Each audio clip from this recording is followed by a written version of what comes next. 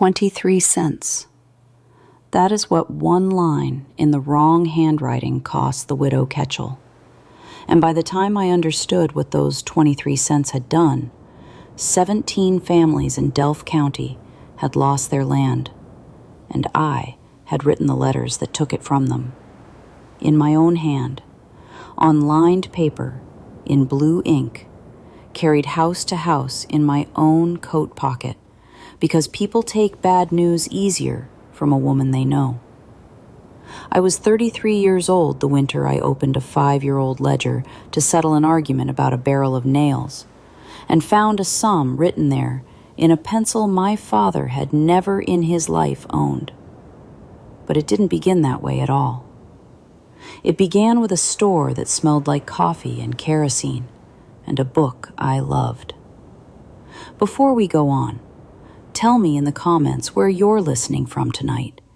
It always amazes me how far these stories travel, and how many of you know exactly the store I'm about to describe, because there was one in your town too. Now settle in. Tolliver's Mercantile stood at the corner where the Springfield Road came into Harnet's Crossing and gave up, because past our place it turned to gravel, and then to dirt, and then to somebody's lane. It was a long, low building with a porch across the front, 3 steps up, and a bell over the door hung crooked in 1901 and never straightened. That bell was the clock of my life. It rang at 7 when Junius Tolliver lit the stove, and again at 7 at night when he put the bar across. And between those 2 rings, it told me everything happening in the county. 2 short jangles meant a child sent for a spool of thread. 1 long shudder of it meant a man carrying something heavy. And a certain nervous half ring, where the door opened only far enough for a body to slide through sideways, meant a woman coming in to ask for credit she was ashamed to ask for. I knew that ring the way a mother knows which of her children is crying in the next room. My name is Verna Hoyt, and I kept the book. Not the cash drawer. Junius kept that himself, and counted it twice, and wrote the total on a scrap he put in his vest. Not the shells, either. A boy named Doyle Spear did the stocking, and I could not have lifted a 100-pound sack of feed if my life had turned on it. What I kept was the ledger. In a town of 411 people and a county of maybe 2,000, in the year of our Lord, 1934, that book was the closest thing we had to a government. Let me tell you how it worked, because if you didn't grow up with it, you will think I am describing something strange, and it was not strange at all. It was the most ordinary thing in the world. A farmer in Delph County did not have money in February. He had money in October, and then only if the corn came in and the price held. So from February to October, he bought on the book. Flour, coffee, coal oil, harness rivets, school shoes, seed, thread, aspirin, salt, a can of peaches at Christmas if the year had been kind. Every purchase went into the ledger against his name, with the date, the item, and the amount. In October, he hauled his corn to the elevator. The elevator sent the check to the store, and the store settled his year and handed him what was left. Sometimes that was $200, and sometimes it was $11, and sometimes there was nothing, and the balance rolled to the next year, and that was called being behind. And a man behind 2 years running was a man his neighbors had begun to speak of quietly. So the ledger was not a book of numbers. It was a book of standing. It said who could be trusted, who was proud, who was slipping. It said which family had bought quinine 4 times in 1 month, which meant somebody in that house was sick and not getting better. It said who had stopped buying coffee, which meant things were worse than they were telling the church. There were men in our county who would rather have had their tax bill read aloud from the pulpit than have their page in that book read by a stranger. And I had every page of it in my head. I had it because my father put it there. Amos Reddig kept the accounts at Tolliver's for 30 years before me, from the time Junius's father owned the place. And I grew up on a stool at the end of that counter, with a slate on my knees, copying figures for the pleasure of it, while other girls were outside. My father had a particular way about the work that I have never seen in another living soul. He wrote in ink, always. He had a bottle of Carter's Blue Black and a straight pen with a steel nib, and he filled the pen from the bottle 3 times a day. And when a traveling man came through selling those indelible copying pencils that everybody was so taken with, you licked the point and it went purple, and it never rubbed out. My father would not have one in the store. A pencil is an opinion, he told me once. I was maybe 9. Ink is a fact. A man can wet his thumb and change an opinion. Let him try that with a fact. I have thought about that sentence more times than I can count. I have thought about it standing in a kitchen at 2 in the morning with my hands flat on a table to keep them still. But in 1934, it was only one of my father's sayings, like, never sign anything in a hurry, and the second cheapest is usually the best. And I put it away with the rest of him. The year I am telling you about, my father was 63 and going blind. It came on slow. First, he held the paper farther away. Then, he held it at arm's length by the window. Then, he stopped reading in the evenings altogether and had my mother tell him what the Delph County Register said. By 1930, he could no longer see a 5 from a 6 under lamplight, and Junius Tolliver, who was a decent man in the way that decent men can be, did not put him out. He made him what he called the auditor. 4 times a year, at the close of each quarter, my father came in on a Saturday morning, and I read him the totals aloud, page by page, name by name, and he sat with his hands folded and listened with his head tipped a little to one side. And then he took the pen and signed at the bottom of the summary sheet, A. Reddig, examined and found correct, in that upright hand of his that never in 30 years put a single letter out of line. I was proud of that. I want you to understand how proud. Every quarter, 4 times a year, I read my father the county's whole year of flour and nails and shoe leather, and at the end of it, he wrote his name in ink under my figures and said, "That's a clean book, Verna." I would have gone without supper for a week to hear it. By then, I was the one who wrote in it, every day, 6 days a week, from 7:30 in the morning until dinner, and again from 1 until 5. I had my own hand by that time, smaller than my father's, rounder, and I made a particular loop on my capital H that Junius said looked like a swan. And I made my entries in ink, out of my father's bottle, because that was how it was done, and I never once thought to do it different. That is the book. Now let me give you the house. I lived a quarter-mile east of the store, in a white frame house with a porch on 2 sides and a good well, and that house was the pride of my life. It had 11 acres with it, and a stand of black walnut at the back. And we had come into it in the spring of 1932, the worst year this country ever had, when farms were being sold on the courthouse steps in every county in Illinois. My father bought it, and put it in my name. He said a woman ought to have something of her own that a bank cannot argue with, and he said it in front of Foy, and Foy laughed and said, "Amos, you'd have made a good lawyer if you weren't so honest."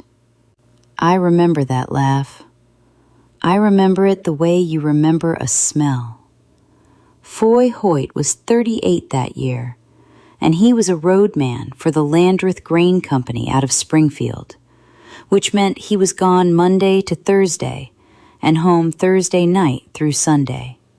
He drove a gray Chevrolet coupe with the company's name on a card in the window, and he wore a good hat, and he could talk to any man alive about anything at all for 10 minutes without once saying something dull. He had come to Harnet's Crossing in 1921 to buy corn and had married me in 1922. And there were women in 3 counties who told me I had done well. I had done well. I want to be fair, even now, because a story where the man is a devil from the first page is a story nobody needs. Foy was good to the children. He came in Thursday nights with his coat smelling of cold and cigarettes, and he swung Cleve up over his head until the boy shrieked. And he sat on the edge of Nell's bed and listened to her read out of the 3rd reader and never once hurried her. He brought me a wristwatch from Peoria for no reason at all in 1928. He fixed the pump. He carried my mother's Christmas goose out to the car every year without being asked. If you had asked me in January of 1934 what my husband was, I would have said, a busy man who is easier with strangers than with his own, and who has never given me a day's real trouble in 12 years. There was one thing. It was nothing, and I put it in here only because you will need it later, the way I needed it later. Foy could not sit still with idle hands. In the evening, if there was nothing to do, he got restless and went out to the shed or drove into town for tobacco he did not need. And so when he was home in the evenings, he liked to have a job. He would clean the lamp chimneys. He would resole a shoe badly. And in the years when I was down, when Cleve was born in the fall of 1927, and I was 6 weeks getting up, and again in the spring of 1929 when Nell had the measles and I had them after her. At 28 years old, worse than she did, Foy went down to the store in the evenings and worked the book for me so that the accounts would not fall behind. Junius let him. Everybody thought it was fine. A man who will do his wife's bookkeeping so she can keep her bed is a man people speak well of at church. My mother said, "You got a good one, Verna." Nell was 11 that winter and had my father's straight back and my mother's terrible temper. And Cleve was 7 and could not be got to wear a hat.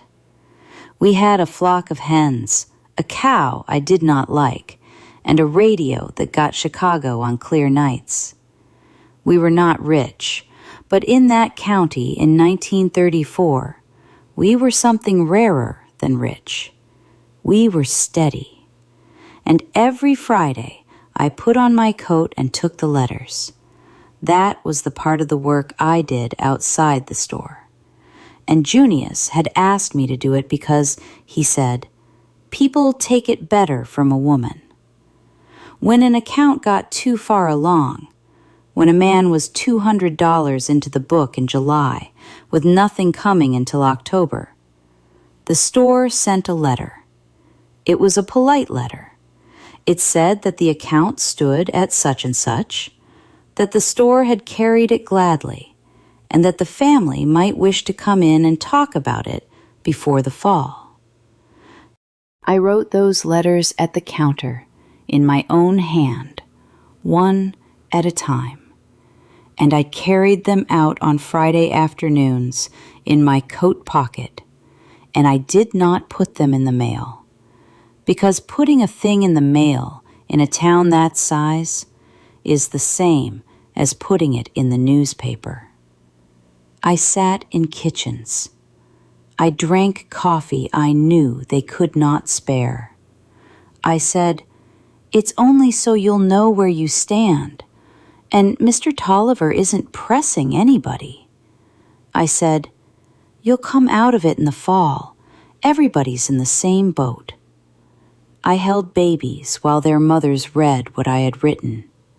I was 29, 30, 31, 32 years old, and I thought I was doing a kindness. And I was so sure of it that I never once in 5 years sat down and asked myself the only question that mattered, which was this: why were there so many of them in a county where the corn had been middling but not ruinous?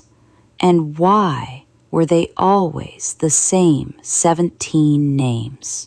It started with a barrel of nails, and I have never gotten over the smallness of it. The second week of February 1934 was the kind of cold that makes the coal oil thicken in the can.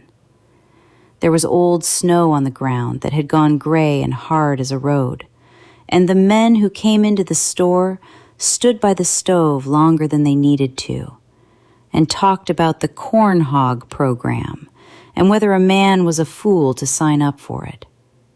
On the Tuesday, Alvin Rethmeyer came in about a bill. Alvin farmed 160 acres north of town, and he was one of the few who had not slipped. He was a careful, slow-spoken man of about 50, who wore his father's overcoat and made a joke about it every winter. He put his hat on the counter, which he never did, and he said, "Verna, I want to look at something in the book from a few years back, and I don't want you to think I'm accusing anybody." "Nobody's accused of anything," I said. "What is it?" "It's nails," he said, and he almost laughed at himself. "It's a keg of 8-penny nails from when I roofed the crib. That was the summer of 29, and I have got it in my head, and I cannot get it out, that I paid for that keg in cash on the day, because I remember standing right there and counting it out of the tobacco tin. And my boy was with me, and he remembers it too. And when I settled that fall, it seemed to me the settle was heavier than it ought to have been. Now, I'm not saying it was on there twice. I'm saying I'd like to see. I want you to notice what I thought right then, because it tells you everything about the woman I was. What I thought was, he's misremembering, and I will show him he's misremembering, and he'll be relieved, and I'll be able to tell my father a story about it Saturday. I did not feel one flicker of worry. That is how you get to be the last person in a county to know a thing. You are so sure of the floor under you that you don't hear the boards. I went to the back room and I got the 1929 book down off the shelf. Junius kept every ledger back to 1898. They stood on a plank shelf along the wall of the storeroom, under the window. Big, flat things bound in black cloth, with the year in white on the spine, and dust on the top edges, except the newest 3. The 1929 was the one my father had kept the first half of, and I had kept the second half of, the year I had the measles from Nell. I carried it out to the counter and turned it flat and opened it, and the old paper had that smell they get, which is like a church and a cellar together. Alvin Rethmeyer's page was toward the middle. I ran my finger down June, and there it was, the 21st. 1 keg 8-penny nails, 3 15. In my hand, in ink. "There you are," I said.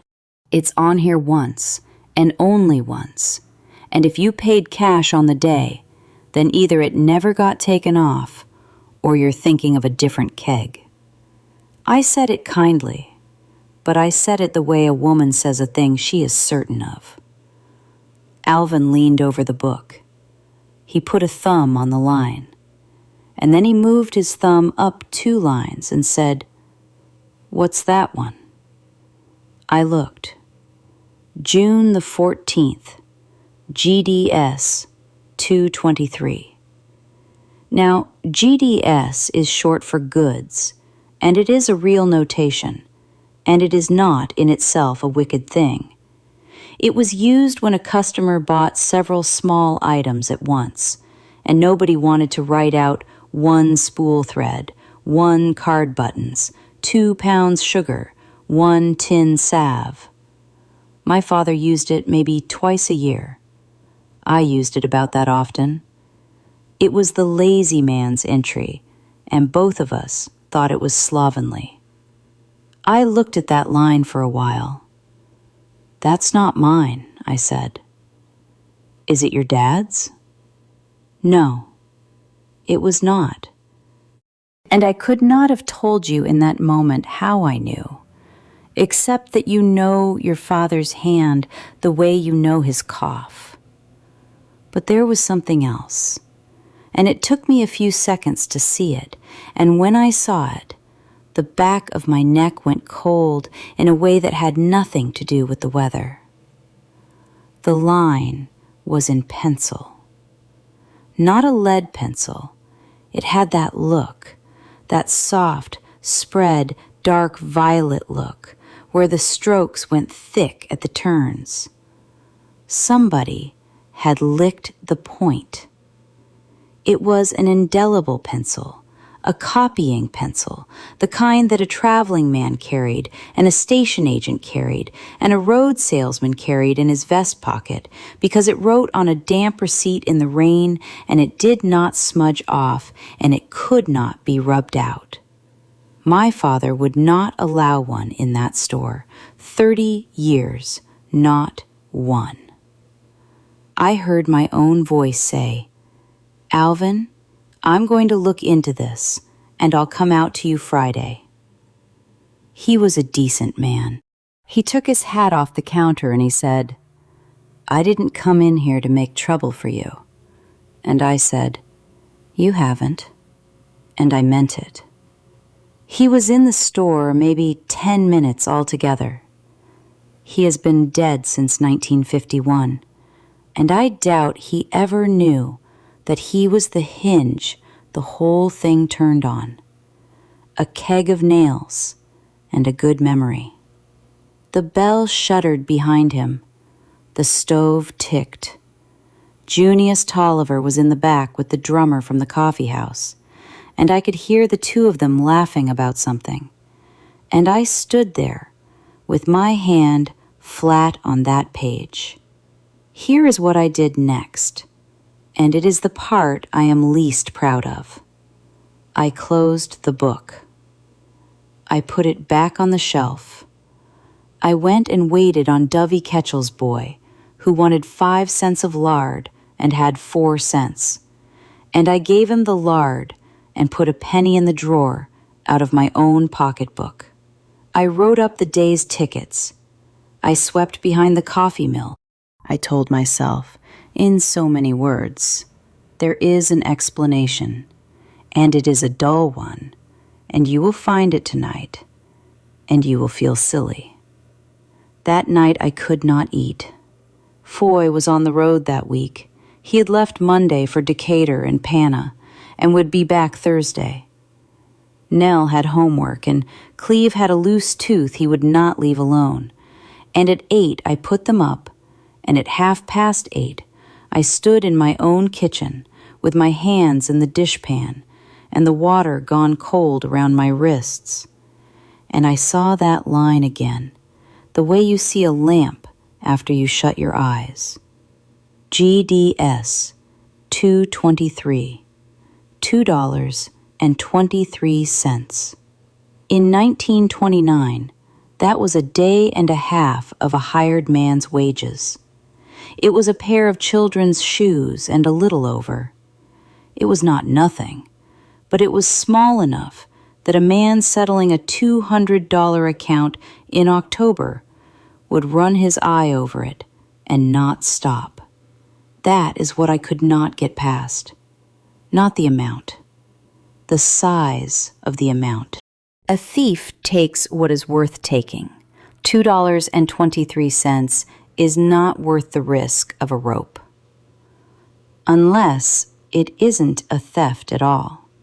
Unless it is something else. And I did not yet have the shape of what else it could be. I went back to the store on Wednesday morning at 6:30, in the dark, with my own key, an hour before Junius came in. I want to describe that hour to you because I lived in it for a long time afterward. The store with no one in it is a different building. The stove was down to nothing, and my breath showed. I did not light the big lamp because a lit store at that hour would have been in every kitchen in town by noon. I lit the little brass one at the end of the counter and turned it low and carried the 1929 book over and laid it in that ring of light.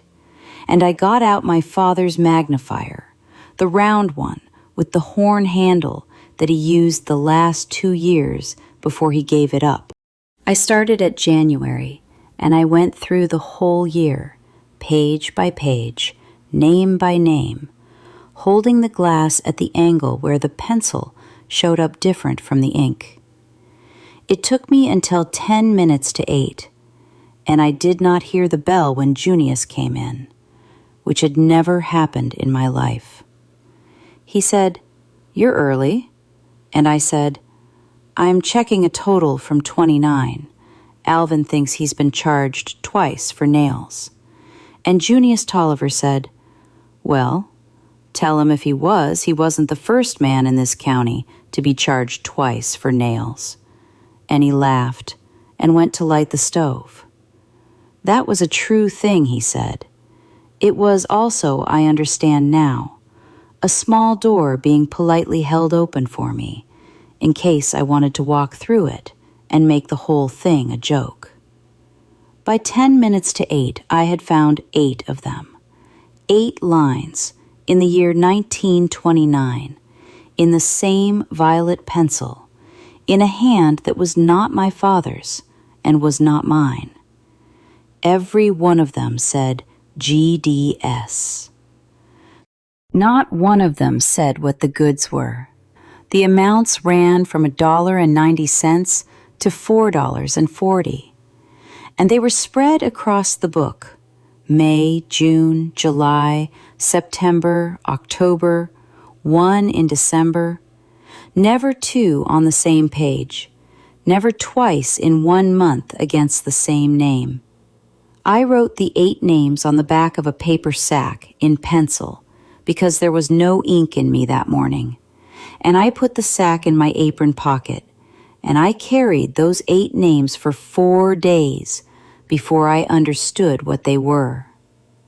Rethmeyer, Alvin. Ketchel, Ransom. Stroh, Wilbur. Ottman, Wade. Dumbarton, Lester. Ketchel, Ransom, again in October. Vandeveer, Cass. Prine, Hollis. I stood at that counter with the sack in my pocket and the light coming up gray in the front windows and the first man of the morning stamping snow off on the porch. And I said good morning to him and sold him a can of Prince Albert and made change, and I put his name in the book in ink, and my hand was steady. That is a thing I did not know about myself until then. My hand was perfectly steady. But there was something wrong with my hearing all that day. Voices came at me from farther off than the people they belonged to. Bertie Ottman came in at noon for baking chocolate and told me a long story about her sister-in-law's gallbladder and I laughed in the right places and could not have told you one word of it. Because Wade Ottman was on my list, and Wade Ottman was Bertie's husband, and Wade Ottman had lost 80 acres in the winter of 1932. And Ransom Ketchel was on my list twice, and Ransom Ketchel had lost his farm in the fall of 1931 and had died in the February after it, at 46 years old, of what the doctor put down as pneumonia, and what his wife has never once in her life called pneumonia. I did not sleep Wednesday night. I lay in that good house on my good mattress, with the wind coming across the walnut trees, and I did the arithmetic that I had refused to do for 5 years. 17 letters. That was how many I had written and carried in my own hand since 1929. 17 families in Delph County who had gone into the fall behind and come out of it further behind, until Junius sold the account on to somebody who could press it harder than a storekeeper cares to. 17. In a county where the corn had been fair in 29, bad in 30, bad in 31, and no worse for them than for the 50 families who had come through it. Why the same names? Why always those? And here is the thought that got me out of bed at 4 in the morning and put me on the cold floor with my heart going in my throat like something trying to get out of a sack. If there were 8 in 1929, and 1929 was the year I was 6 weeks flat with the measles, and my accounts did not fall behind by so much as a day, then there were more in 1930, and there were more in 1931, and I had been reading those totals aloud to my blind father 4 times a year in my own voice for 5 years. Thursday I did the 1930 book, and Friday I did 1931, and Saturday morning before the store opened I did 1932, and by then I had stopped telling myself anything at all. 1930 had 11 of them. 1931 had 14. 1932 had 9, and then they stopped, and there was not one violet line in the book from August of that year forward. I checked 3 times with the glass, going down the page an inch at a time until my eyes watered. 42 lines. Every one of them said GDS. Every one in that same copying pencil, the strokes swelling where the point had been wet. The smallest was $1.10, and the largest was $6 even. And if you added the whole 4 years together, it came to $131.84, which sounds like a great deal of money in 1934, and is nothing at all if you divide it by 17 families and 4 years. It came out to under $2 a month apiece. That is what I could not make sense of. Under $2 a month. Nobody ruins his soul for that. And every one of those names was on my letter list. I went through the whole 4 years twice more, looking for a violet line against a name that had not gotten a letter from me. And there was not one. Not Junius Tolliver's own account. Not the doctor's. Not the elevator man's. Not my father's. And not mine. Whoever held that pencil had known exactly which pages to open. On Saturday, my father came in for the quarter close. I want to tell this part carefully. It was the 2nd Saturday in February, the 17th. And he came at 9 like always, and my mother drove him because he could not any longer, and she went across to the church to see about the flowers. He had on his good coat and the muffler I had knit him 3 Christmases back. He came up the 3 steps with his hand on the rail, and he said, "It's slick out there. Tell Junius to put ashes down." And he sat in the chair by the stove and rubbed his hands, and I brought him coffee in the cup that was his. Then I got the current book and sat across from him and read him the totals. I read for an hour and 10 minutes. Name, name, name, and the figure after it, and now and then he would stop me and say, "Say that again?" And I would, and he would nod. Prine, Hollis. Vandeveer, Cass. There was no Ketchel account anymore. Dovey had been cash only since 32, which in that county was a public statement about the state of your affairs. And the whole hour and 10 minutes, my mouth said figures, and my mind said one sentence over and over. Ask him. He is right there. Ask him. I want to be honest with you, because this is the only place I have ever been honest about it. I did not ask my father that morning because I was afraid the answer would be that he had done it.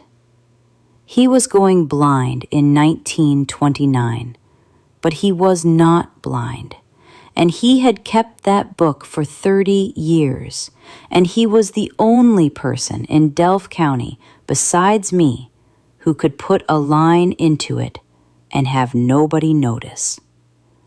So I let him sign. He took the pen out of his vest, and I turned the summary sheet toward him and put his hand on the corner of the paper the way I always did, and he wrote, A. Rettig, examined and found correct, in ink, in that upright hand, and the pen made the small, dry sound it always made, and he said, "That's a clean book, Verna." The coffee went to ash in my mouth. I could not swallow what was in it. I sat there with a mouthful of my own father's coffee and could not get it down. "Dad," I said, "did you ever use a copying pencil?" He turned his face toward me. That is what he did instead of looking at you in those years. He turned his face and tipped his head, and it was worse than being looked at. "Where'd you find one?" he said. Not, "I never did." Not, "What a question. Where'd you find one?" "One of the drummers left one," I said. "It got in with my pens." "Throw it out," my father said. "Throw it in the stove." And then my mother's horn went outside, and he stood up and took his stick, and I walked him down the 3 steps and put him in the car, and he patted my hand on the window frame, and they drove off toward home. And I stood in the road in front of the store in the cold with $131.84 going around in my head, like a fly in a jar. Now I have to tell you about the Thursday before that, because I have been putting it off for 3 pages, and you have probably already gotten there ahead of me. Foy came home Thursday night the 15th. I heard the coop on the gravel at 6:10, and heard him scrape his shoes, and heard Cleve go off the porch steps into him the way he did every week. He came in with his coat cold and his hat in his hand, and he had brought Nell a paper twist of horehound candy from a store in Panna, and he had brought me nothing, which was ordinary, and which I did not mind. And he sat down and ate 2 helpings of the pot roast, and told us about a man in Assumption who had a hog that could count. Cleve believed every word. Nell did not and argued, and Foy let her win, which was his way with her. And I sat at the end of my own table and watched my husband's hands. I do not know when it came to me. I have tried to find the moment, and I cannot. I think it had been in me since Wednesday morning at the counter, sitting somewhere below where I could see it, the way a splinter is under skin, because I had been telling myself all week that the hand in that book belonged to nobody I knew. And that was a lie, and part of me had known it was a lie since the first line. After supper, he wanted the ledger of his own accounts, his mileage, his commission, the little book the grain company made him keep. And he got it out and sat under the lamp with his coat off and his cuffs turned back, and he began to write up the week. And he took a copying pencil out of his vest pocket and put the point in his mouth. I was carrying a dish. I know I was carrying a dish because I heard it go down on the table harder than I meant. And Foy looked up and said, "Careful, girl, that's your mother's." "Sorry," I said. "You've been white as a sheet all evening. You coming down with something?" "I'm tired," I said. "It's the cold." He wrote for 20 minutes. I stood at the sink with my back to him and washed 4 things over and over and watched him in the black window glass, the way you can see a room reflected when it's dark outside. And I watched the shape his hand made going along the line, and I heard the pencil.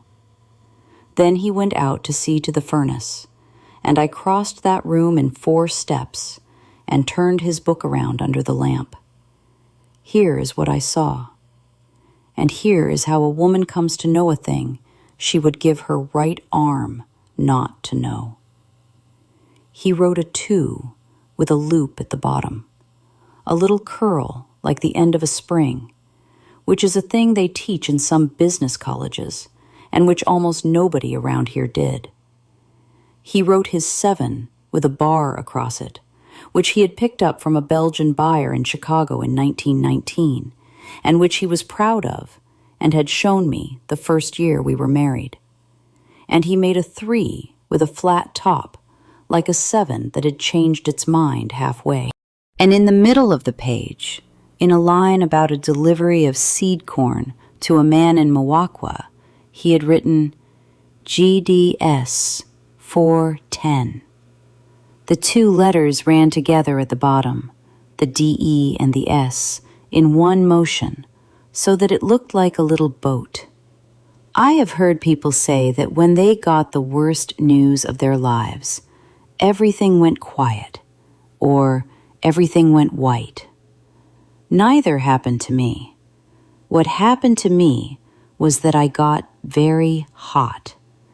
It came up the back of my neck and over my scalp like water poured out of a pail, and my dress was suddenly wet down the spine, and the room went yellow at the edges, and I had to put both hands on the table and let my head hang down between my arms and breathe like a horse that has been run. The floor was doing something. I remember thinking with perfect clarity, if you faint in this kitchen, he will pick you up, and he will be gentle about it, and you will never be able to stand it. I did not faint. I straightened up and turned his book back the way it had been and went and sat in the rocker with my mending in my lap. When he came in, he said, "Furnace is fine. That clinker was nothing." And he sat down and picked up the pencil again and said, "You look better. Get some color back in you." "I ate too fast," I said. "No?" he called. "Come here and tell your mother about that hog." And Nell came and told me about the hog that could count, and Foy laughed at his daughter's telling of it, though he had told it himself 2 hours before. And my son came and leaned on my knee, and I put my hand on his head and felt the warm dampness of his hair. And I sat in my rocker in my good house in the middle of my own life, and I understood, not all of it, not yet, but the size of it, that the man across from me had been putting lines into that book in the weeks when I was too sick to keep it, and that every family he wrote against had lost their land, and that I had carried the letters. Now, I have promised to tell this honest, so I have to tell you the next part too, which is that for 11 days I tried to make it innocent. You will want to know how a grown woman does that. I will tell you. She does it very well, and with real skill, because she has 12 years of practice at making a marriage make sense. First I said, he was helping. He worked that book for me in October and November of 27, and for 6 weeks in the spring of 29, and he was tired, and he was doing a job he didn't know how to do, and GDS is what a man writes when he can't spell out 4 items. Only that did not explain the pencil, because the ink was right there in the bottle, and it did not explain why the line stood against 17 names and no others.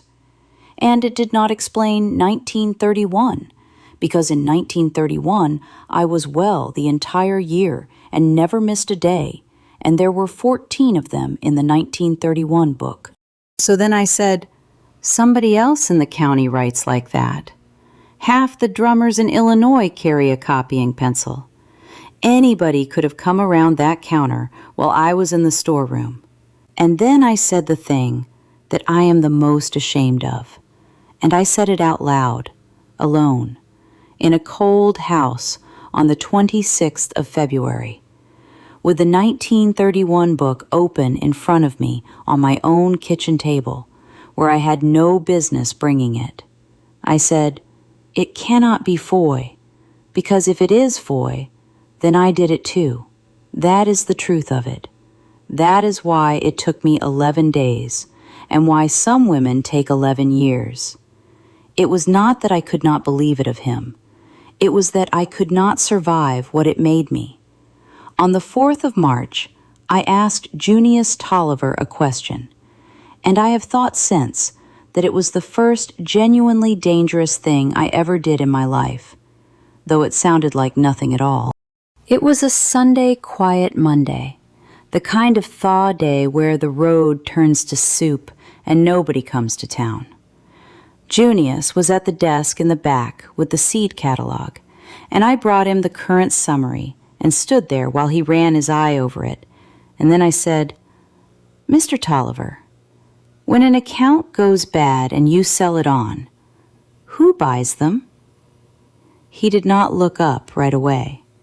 He turned one page of the catalog, and then another, and then he shut it with his finger inside to keep his place. "Now why would you want to know that?" "Alvin Rethmeyer got me thinking," I said. "He asked about an old charge, and I got to looking at old books, and I saw there's accounts on there that just stop. Ketchel stops in 31. Ottman stops in 32. And I've been writing those letters 5 years, and I never once asked what happens after." Junius Tolliver was 57 years old that spring, a heavy, soft-moving man who wore a tie every day of his life, including the day of his wife's funeral. And he was the superintendent of the Sunday school, and I had known him since I was born. He put the catalog down, and he took his glasses off and rubbed the 2 red dents they left on his nose. "Verna," he said, "what happens after is a mercy, and I'll tell you why. A store can't carry a man forever. That isn't meanness, it's arithmetic. I owe the wholesale house in Springfield the same as he owes me, and they don't take corn. So when an account gets past where a man can climb out of it, I sell the paper. I take 50 cents on the dollar, sometimes 40. I take a loss.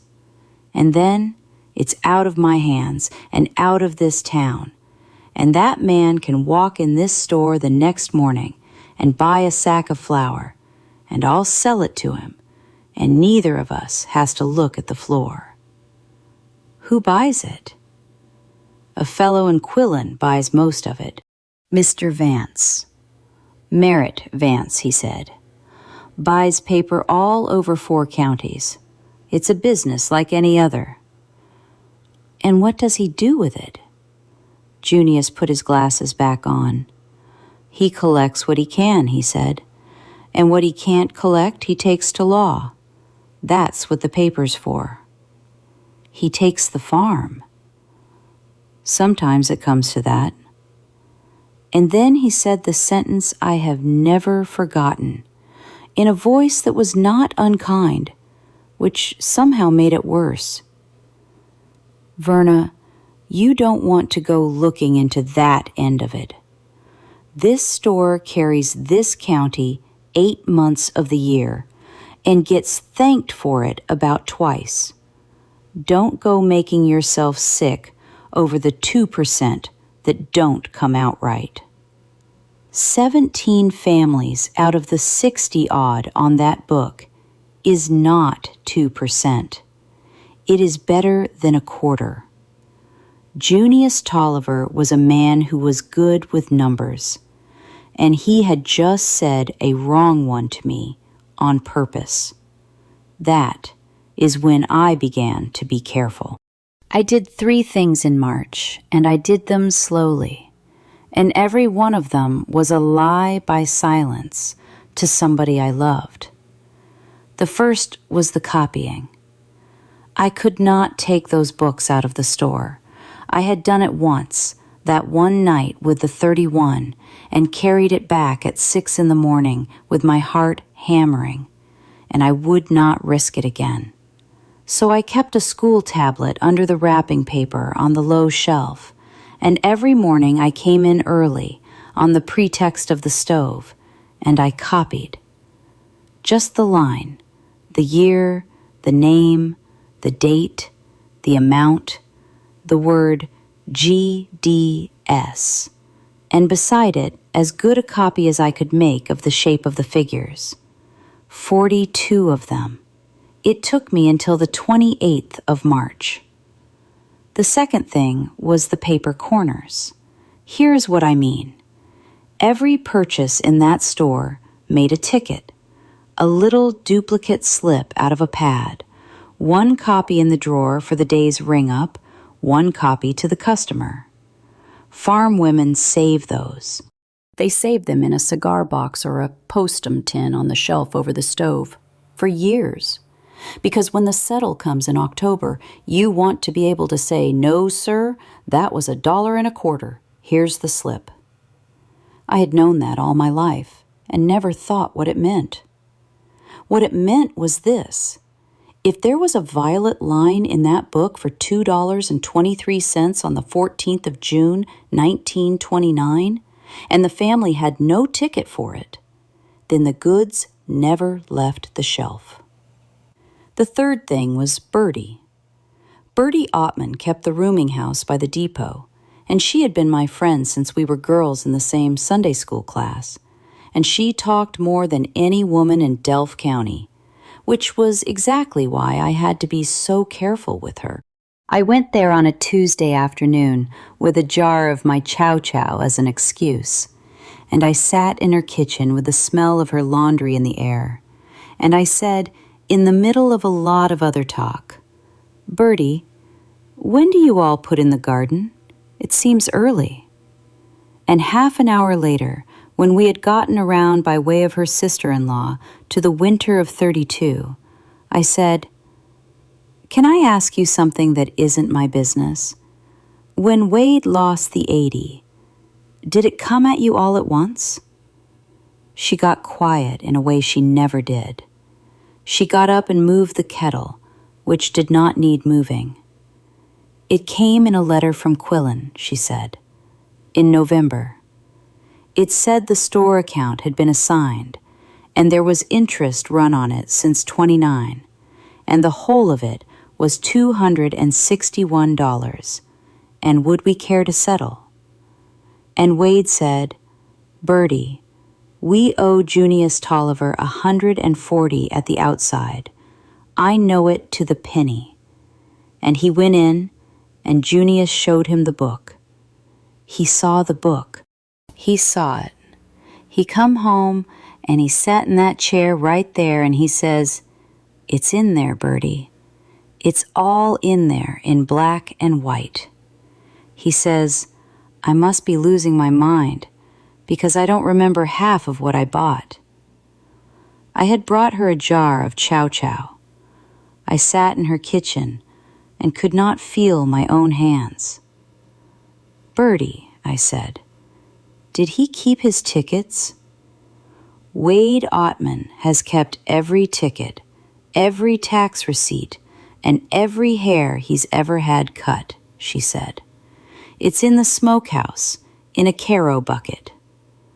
Then she looked at me. Bertie was not a stupid woman, and I had never, in 20 years, asked her a question in that tone. "Verna, what's in your head?" "I'm not sure yet," I said. "And if I tell you before I'm sure, and I'm wrong, I'll have done a wicked thing to a man who's been good to my family. Will you give me till the corn's up?" She looked at me a long moment. Then she said, "I'll get you that bucket." Wade Ottman brought it to my back door himself on the last Saturday in March, after dark, and would not come in. He set it on the step and said, "Bertie says you don't want it talked of." And I said, "Not yet." And he said, "Then it ain't been talked of." That is what men like him were. He had lost 80 acres and his father's barn, and he was working another man's ground on shares 2 miles from the place his family had come to in 1855. And he stood on my step in the dark and did not ask me one single question.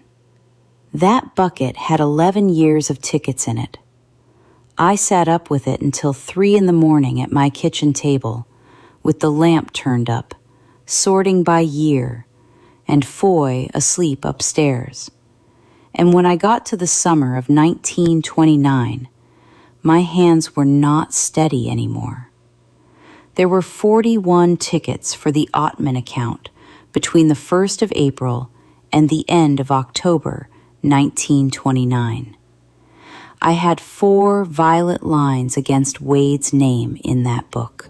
3 of them had no ticket at all. The 4th one had a ticket for the same date, but the ticket was for $1.05 for a curry comb and a pound of nails, and the line in the book said GDS 335.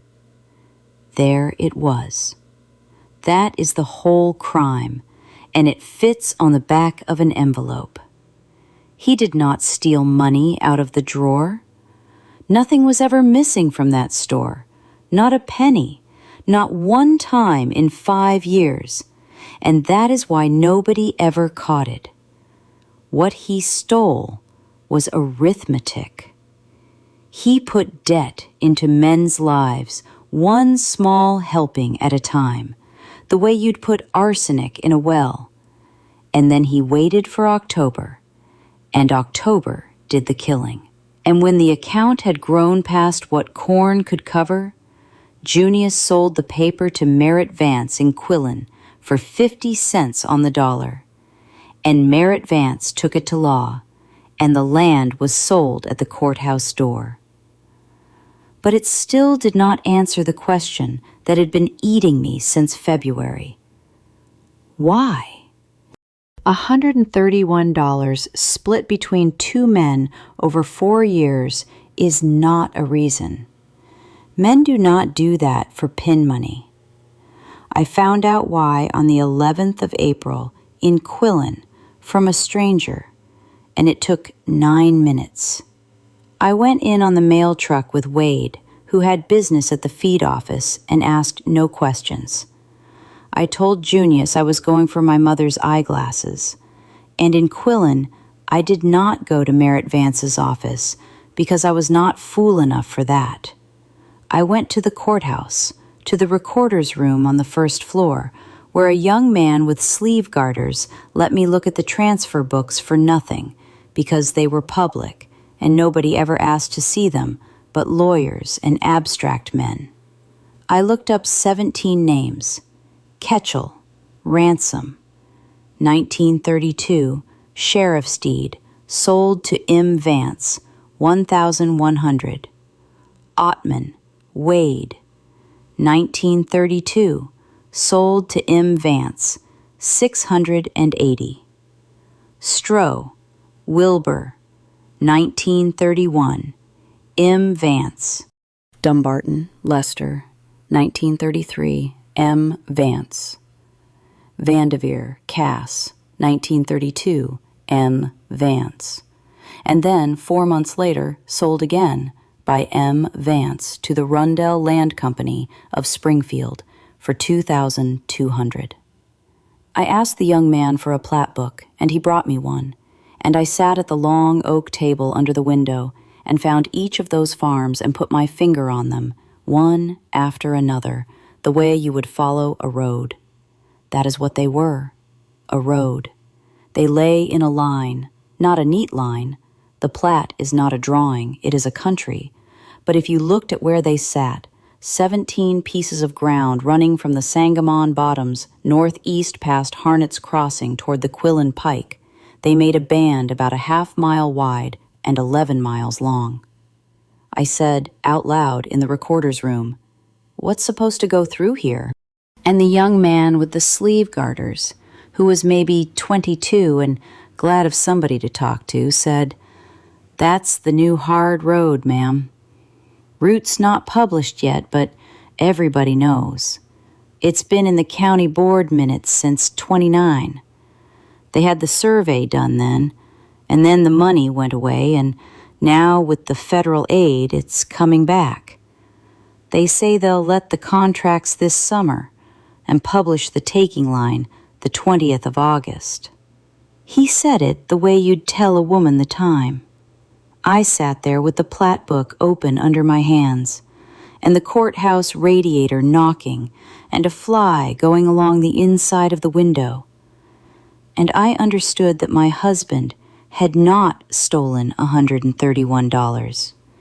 He had bought 11 miles of Illinois, $2.23 at a time, 5 years before the state came to pay for it. And he had used my handwriting to do it. I did one more thing before I spoke to my husband, and it is the thing that saved me later, though at the time I only did it because I could not bear to be the only person on earth who knew. Sylvie Bogard taught the 3rd and 4th grades in the Harnet's Crossing School, and she was 29 years old, and she had a reputation in 3 counties for penmanship. That sounds like a small thing now. It was not a small thing then. She had taken the Palmer certificate and then gone on and taken the advanced one, and when the county held its writing contest at the fair, her pupils took the ribbons 3 years running. And when a farmer had a paper he could not read, he brought it to her. And when the bank in Quillen had a question about a signature on a note in 1931, they sent a man out with a buggy to fetch her opinion. I asked her to come to my house on a Thursday, when Foy was in Decatur, and I gave her a cup of tea, and I put 3 things on the table. The first was my tablet with the 42 copied lines. The second was a page torn out of Foy's route book from the back from 1930 that I had cut out with a paring knife and had been carrying folded in my corset for 9 days. The third was one of my own letters. I had kept a carbon of every letter I wrote, and here was mine to Lester Dumbarton from August of 1931 in blue ink in my swan loop hand. I said, "Sylvie, I want you to tell me whether one man wrote these 2, and I don't want you to ask me anything else tonight." She was quiet, and then she pulled the lamp closer, and she got out of her handbag a thing I did not expect, which was a small folding magnifier of her own with a green celluloid handle, and she went to work. She looked for a long time. She turned my tablet sideways and looked along the strokes at a low angle, the way a man looks down a rifle. She put the route book page over the tablet and held both up against the lamp chimney. Then she said, "How much of this is copied by you?" "All of it. The book wouldn't come out of the store." then I can tell you less than I could tell you from the original. And you should know that before I say anything else. A copy carries the copyist in it. She tapped the tablet. This is your hand, pretending to be somebody's hand. But you're an honest copyist, Verna. You didn't smooth anything. And there are 4 things here a person would not invent. She named them. The loop at the base of the 2, the crossed 7, the flat-topped 3, and the way the D and the S in that abbreviation ran into one another with a single lift. The last one is the one I'd hang it on, she said. A number can be taught. Anybody who went through a business college in Decatur before the war makes a 2 like that. But how a man joins 2 letters in a word he writes 10,000 times without thinking, that's his walk. You could put a hat on him, and I'd know him by that. And it's the same man. It is the same hand in your copies and on this page, yes? She looked up at me. Sylvie had very steady gray eyes. Whose page is that? You said you wouldn't ask. I said I wouldn't tonight. She began putting her magnifier away. Verna, if you ever want this from me on paper, with my name signed to it, I'll want the books themselves and an hour with them and somebody else in the room. And I'll want to be told the whole thing first, because I'm not going to be a woman who says a thing under oath and finds out afterward what she said it about. If it comes to that, I said, you'll know the whole of it before anybody else in this county. She stood up in my doorway with her coat buttoned, and she said the thing that turned out to be the truest thing anybody said to me that whole year. It'll come to that, she said. Things like this don't stop being true because you leave them alone. I spoke to Foy on the last Sunday in April. I had planned it for 2 weeks, and none of the planning did me any good. I had thought I would do it at night after the children were asleep. What actually happened was that it came out of me at 4 p.m. in the barn lot, over a fence rail, in the middle of a conversation about the price of a used harrow, and I heard my own voice say it as though it belonged to somebody standing behind me. Foy, why is your writing in the store's book from 1929? He was standing with one boot up on the bottom rail, looking off at the road. He did not go pale, and he did not startle. He finished the thought he was in the middle of. For $18 I'd take it, but not for $25.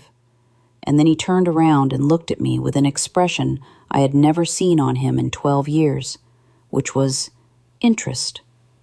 Well, he said, you went and got the old books down. I did. On account of Alvin and his nails. On account of Alvin and his nails. He took his boot off the rail. He got out his tobacco and started to make a cigarette, and his hands were perfectly steady, and I watched them, and I understood that I was standing in front of a man I had never once seen. Verna, he said, here's the truth, and then you can do what you want with it. In 27 and 29, when I worked that book for you, I did it in the evening after the store was shut, and I did it fast. And a good many nights Junius would have 4 or 5 tickets loose in the drawer with no name on them, or half a name, or a name I couldn't read.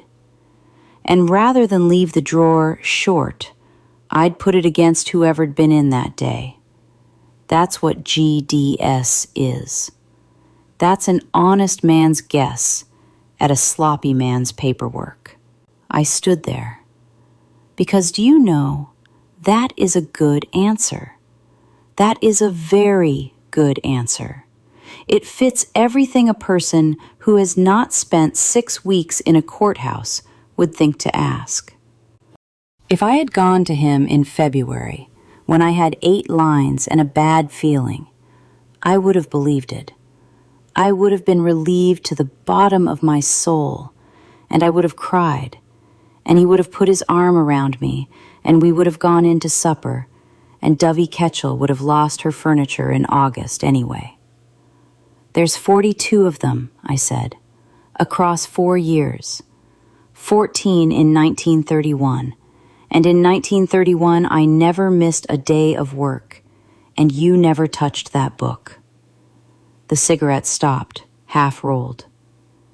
And they're all against the same 17 names, I said. And every one of those 17 has been sold to Merritt Vance. And every one of those 17 lies on the line of the new hard road, which was surveyed in 1929, which is the year the lines start, and which the state publishes the 20th of August. There was a long piece of quiet in that barn lot.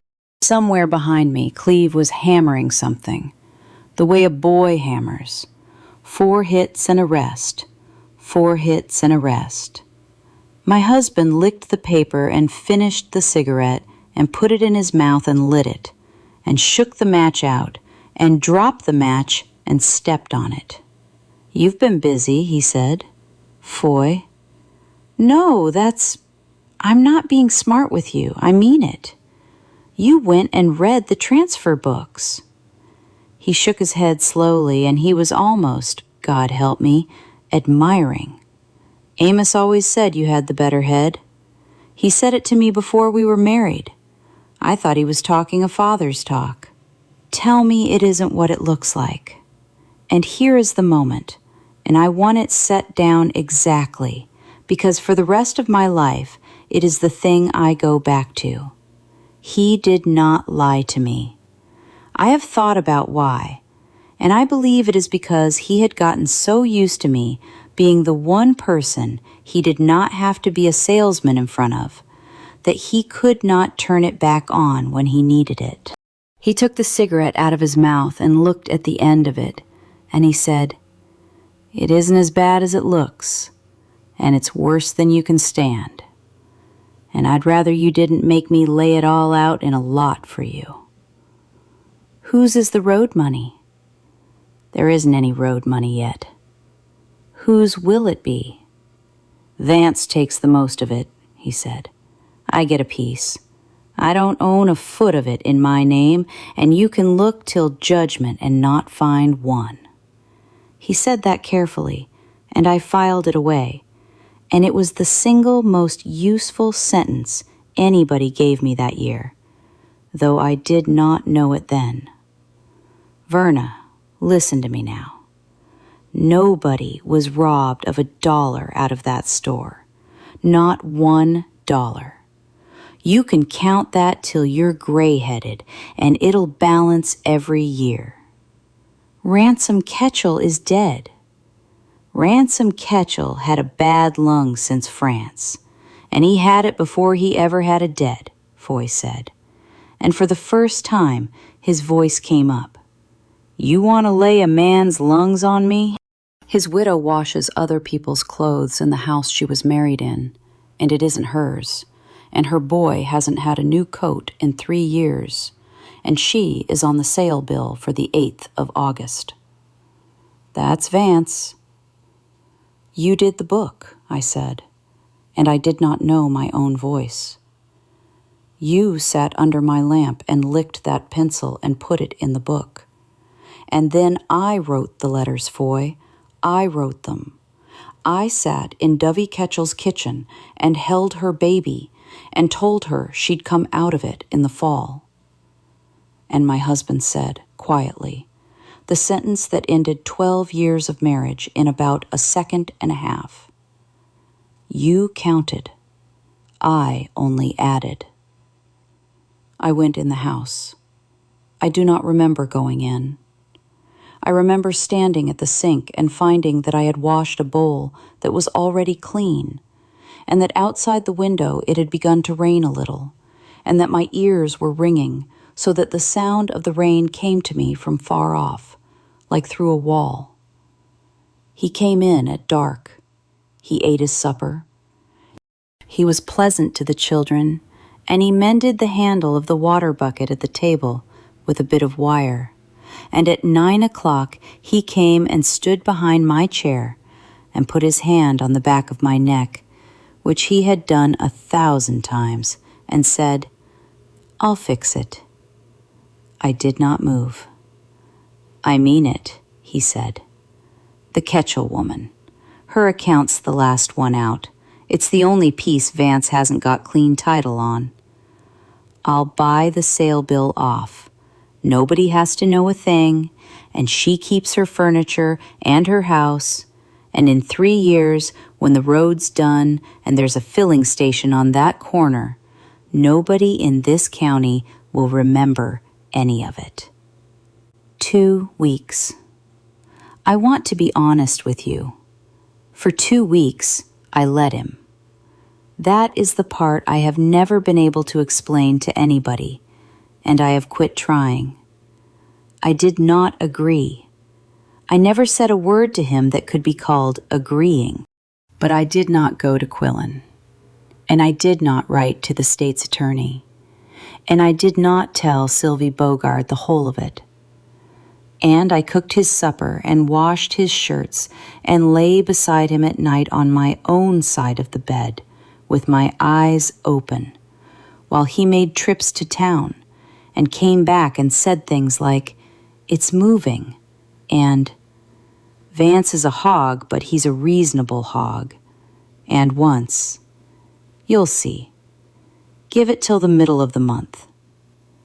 Because he was going to fix it.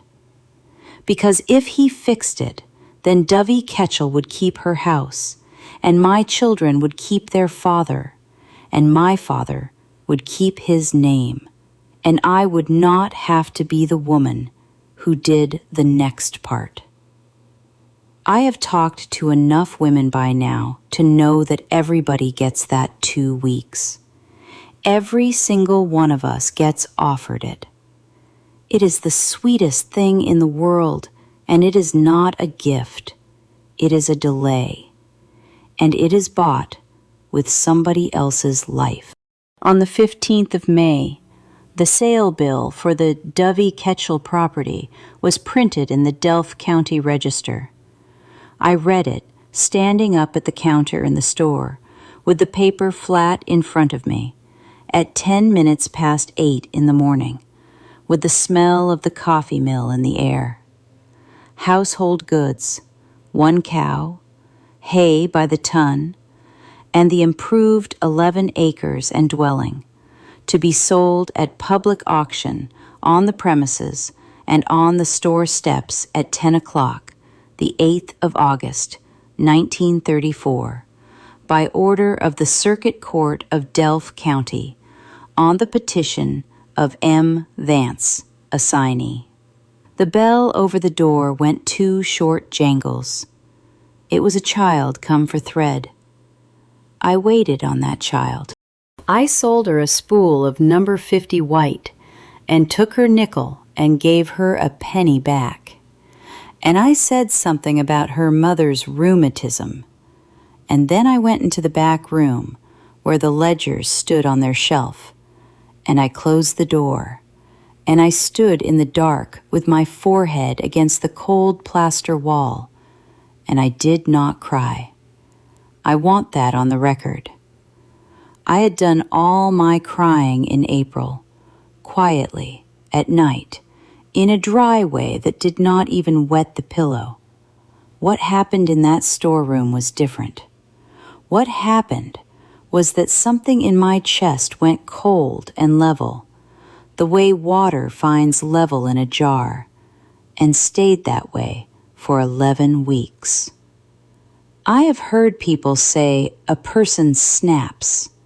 Nothing snapped in me. Something settled. I came out and I put on my coat and I said, "Mr. Tolliver, I'm going up to my mother's for an hour." I did not go to my mother's.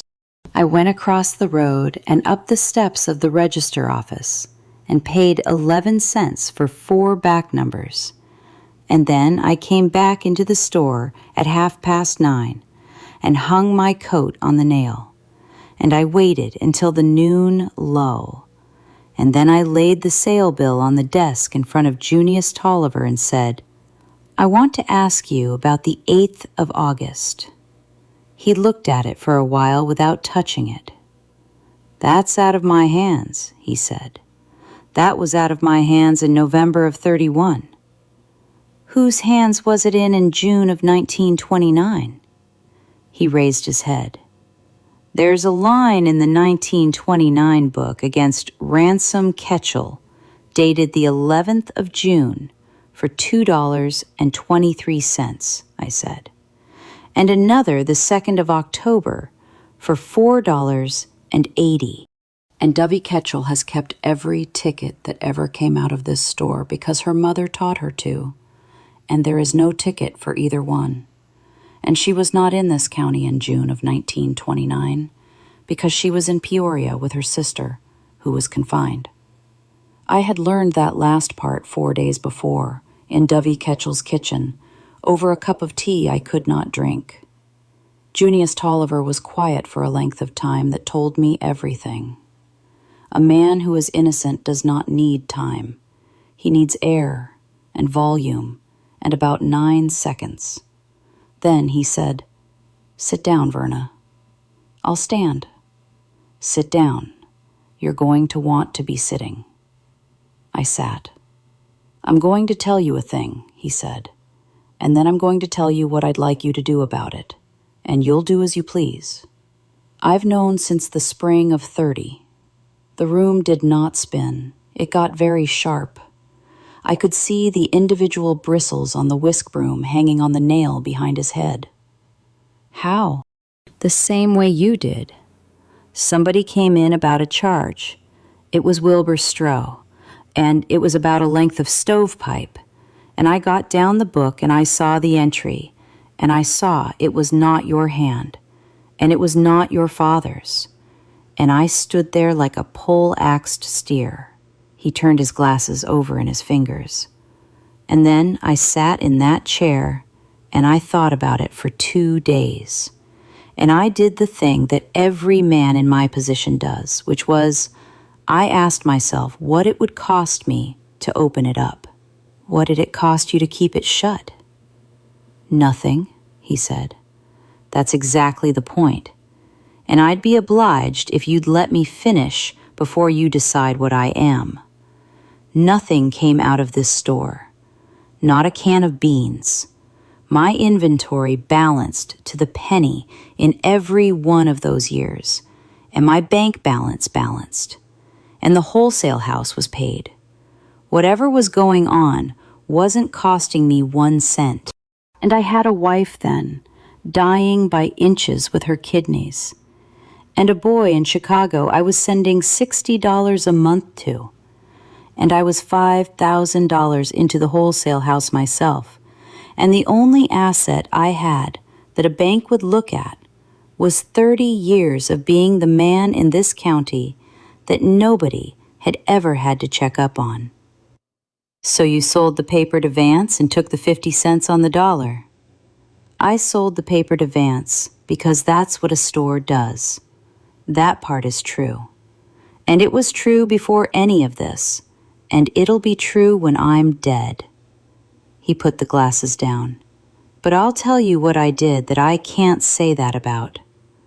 When an account of one of those 17 came due, and the man wanted to argue it, I let him look at the book. And the book was in your hand and mine, and your father's name was at the bottom of the quarter. And no man in this county was going to stand at that counter and call Amos Reddig a liar.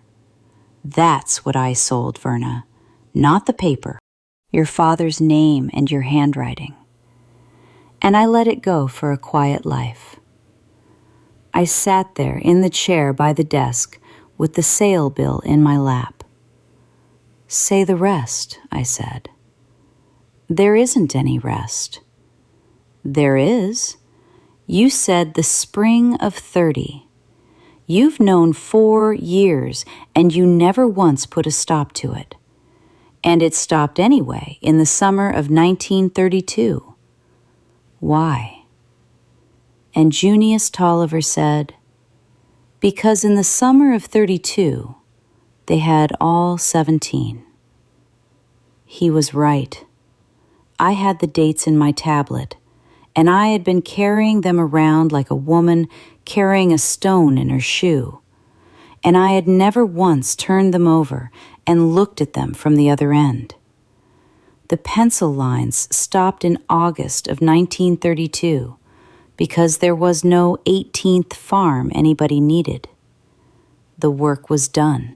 The last transfer to Merritt Vance was recorded in October of that year, Cass Vandeveer's place.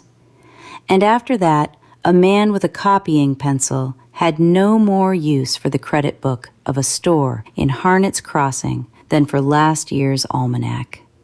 Who else knew? I said. He did not answer. Junius, who else? And he said, you'd best go ask your father. I did not go that day or the next. I went on the 22nd of May, on a Tuesday afternoon, when I knew my mother would be at the Ladies' Aid, and I drove myself in Foy's coupe, which I had learned to drive in 1926 and did badly. My parents lived in a brick house at the end of Fremont Street, with a mock orange by the gate that my mother had brought as a slip from her own mother's place in Ohio. My father was on the side porch in the wicker chair with his face turned toward the sound of the road. He knew the engine. That's Foy's car, he said, and that's not Foy driving it. It's me, Dad. You'll strip that gear if you don't let the clutch alone. He was pleased. He said, your mother's at the church. And I said, I know it. And something in how I said it made him put both hands flat on the arms of the chair. I had a satchel with me. I set it down and I pulled the other chair around so I was facing him, close, our knees almost touching, because I had thought about this for 2 days, and I had decided that I would not be able to do it from across a room. I've got the 1931 book here, I said, and the 1929. Mr. Tolliver let me take them, and he knows why. Verna, there are 42 entries in 4 years in a hand that isn't mine and isn't yours, in an indelible pencil, and every one of them is against one of 17 families, and every one of those 17 has been sold out to Merritt Vance of Quillen, and their ground lies on the line of the new hard road. And every quarter for 5 years, you signed the bottom of the summary sheet in ink and told me it was a clean book. My father sat very still. I read you those totals, I said, 4 times a year. I read you every name. You read me totals, he said. A total is a total. If a man puts $3 into the middle of it in June, the total in September is still a total, and it's still correct. There's nothing in a total that can tell a blind man, Dad, that can tell a blind man where it came from. Look at me. And my father, who could not see me, turned his face away. That is the worst thing I have ever had done to me by another human being, and there was no violence in it. And he never raised his voice, and it lasted about 4 seconds. My father turned his blind face away from his daughter so that he would not have to have it pointed at her. How much? I said. That's not how much and how long and from who. The mock orange was in bloom by the gate. It has that smell that is almost too much, like something sweet gone slightly wrong. and I have never been able to abide it since. $40 a quarter, my father said, from Vance, beginning in the summer of '29. It came in an envelope to the post office box, and it said it was for consultation on land values. And for the first year, that is what it was. And after the first year? After the first year, it was for what you'd think it was for. Say it. For not looking, he said. I got up and walked to the end of that porch and back. I remember thinking, quite calmly, that I would like to pick up the wicker chair and put it through the porch screen, and that I would not, because Cleve had a piano lesson at 4, and I had to be there to get him. $640 a year, I said. Since '29. That's better than $3,000, Dad. That's more than you made in wages in your life. It was $240 a year, he said. $60 a quarter, some quarters. It quit in '32. Then, I never spent $1 of it on myself. Where did it go? And that is when my father told me about the house. The white frame house with the porch on 2 sides, and the good well, and the 11 acres and the black walnut at the back. The house he bought in the spring of 1932 and put in my name, in front of my husband, saying a woman ought to have something of her own that a bank cannot argue with. Improved 11 acres and dwelling, Delph County, sold at sheriff's sale in the March term of 1932, out of the estate of a man who had died in the February of that year of what the doctor put down as pneumonia. I had known the house had been somebody's. Everything had been somebody's in 1932. There were farms in that county bought at the courthouse door for the price of a good mule, and there was not a soul who thought hard about it, because if you did not buy it, the man from Quillen would, and at least this way it stayed local. I had known, and I had not asked, because it was the finest house I would ever live in, and my father had given it to me. And I was 31 years old, and I wanted it. Ransom Ketchel's house. Dovey Ketchel had been living in the tenant place on the back of that same 11 acres. 2 rooms, no well of its own, a stove that smoked, because it had been thrown in on the deal and my father had let her stay in it rent-free. And I had thought that was the kindest thing I had ever seen a man do. And I had told people so. I had told people so at church. She had walked past my kitchen window twice a day for 2 years with a basket of other people's washing on her hip. And I had sent Nell out with jars of things, and Dovey Ketchel had taken them and said thank you, and had never once in 2 years said to me, "That is my sink you are standing at." I sat down on the top step of my parents' porch with my back to my father, in my good coat, in the middle of the afternoon, and I put my head down on my knees. Behind me, my father said, "Verna." The man was going to lose it either way. He was 3 years in that book before ever a pencil line went in it. You can look, and I want you to look because that part is true. Foy Hoyt did not make Ransom Ketchel poor. He only added, I said, into my knees. What? That's what your son-in-law said to me, standing in the barn lot. He said, "You counted. I only added." There was a long silence on that porch. And then my father, who was 63 years old and had been an honest man for 60 of them, and who taught me that ink is a fact and a pencil is an opinion, said the only thing he ever said to me about it that had any truth in it, and his voice came apart in the middle of it like wet paper. "Then we're all of us bookkeepers," he said. I drove home. I got Cleve to his lesson. I made supper, and at some point that evening, standing at the sink in Ransom Ketchel's kitchen with the window black and my own reflection in it, I stopped being the woman that thing had been done to and became the woman who was going to do something about it. And there was no thunderclap, and nobody said anything, and the water in the pan just went on being warm around my wrists. I had 78 days until the 8th of August.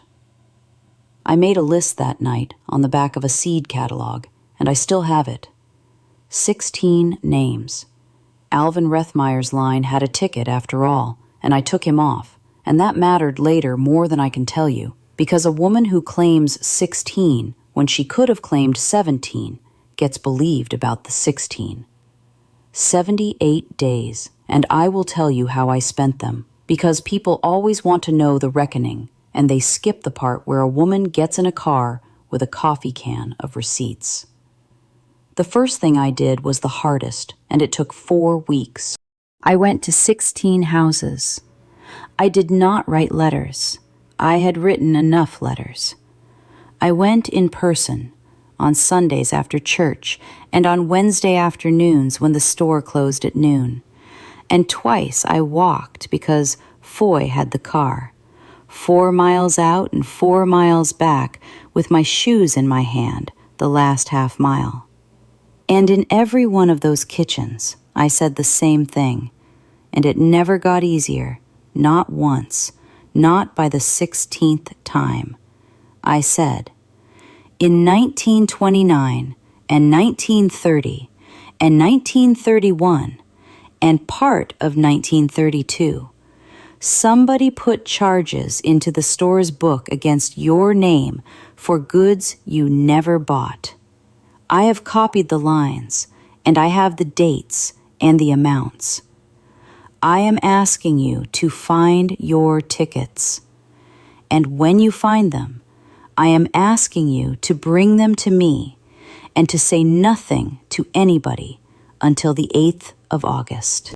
And then I said the second part, which was the part that mattered, and which I had practiced in the barn until I could say it without my voice doing anything. I said, I wrote the letters that came to you. I did not know, but I wrote them, and I sat at this table, and I don't ask you to believe I didn't know. I only ask you to look at what's in the Caro bucket. Some were kind. Wilbur Stroh's widow put her hand over mine on the oilcloth and said, Honey, we knew it wasn't you. And I had to go out to the porch. Some were not kind, and I think they had the right of it.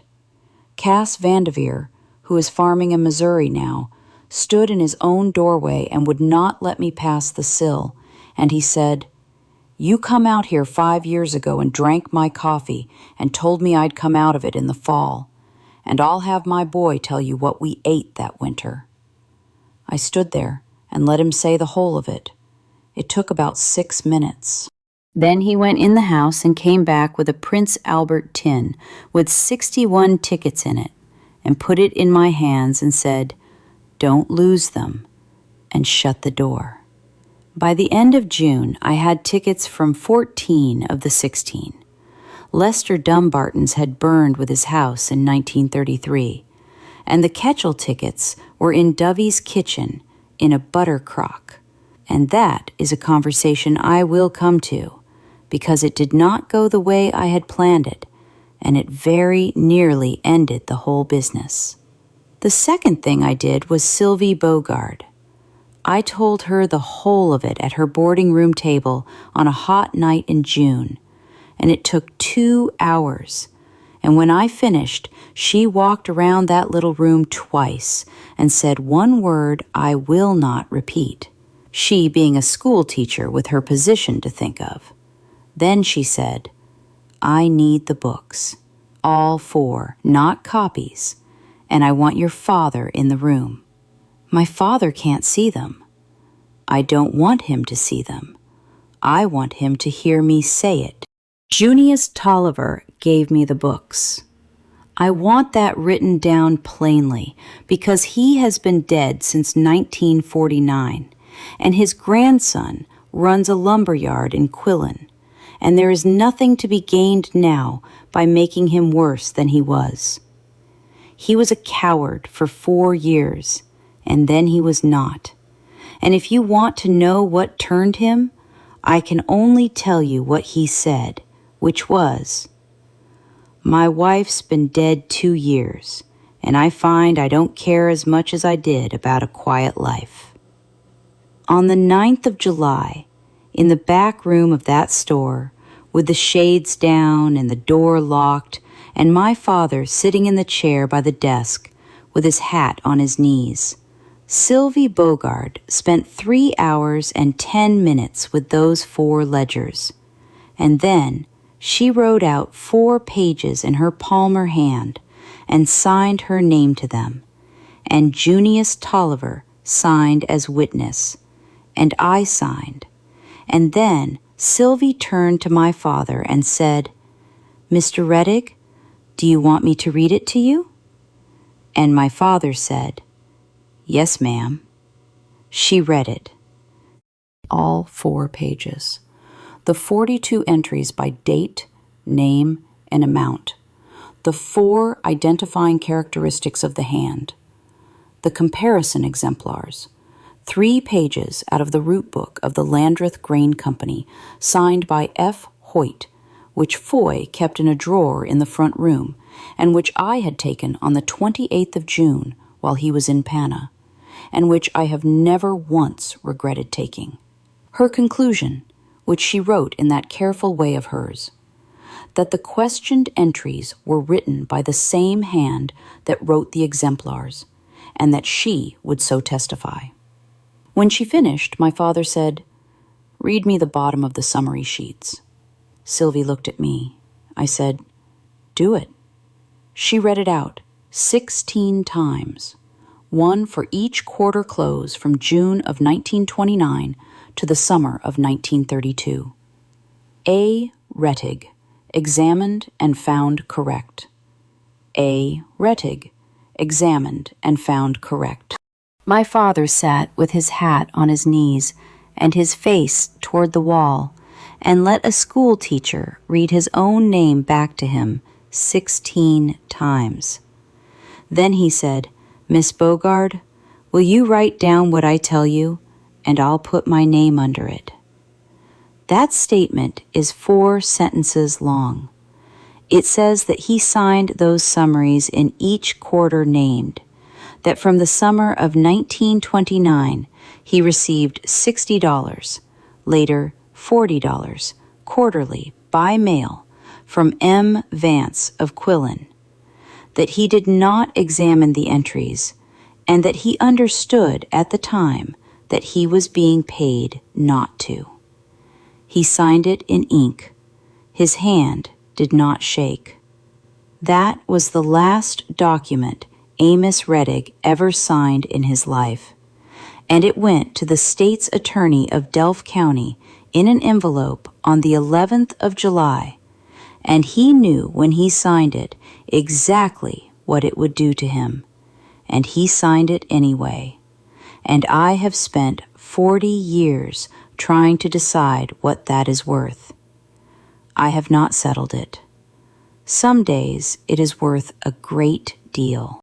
Clay Spear was the state's attorney, and he was up for re-election in November, and I went to see him in Quillen on the 12th with Sylvie and with Wade Ottman, who drove us and would not come in.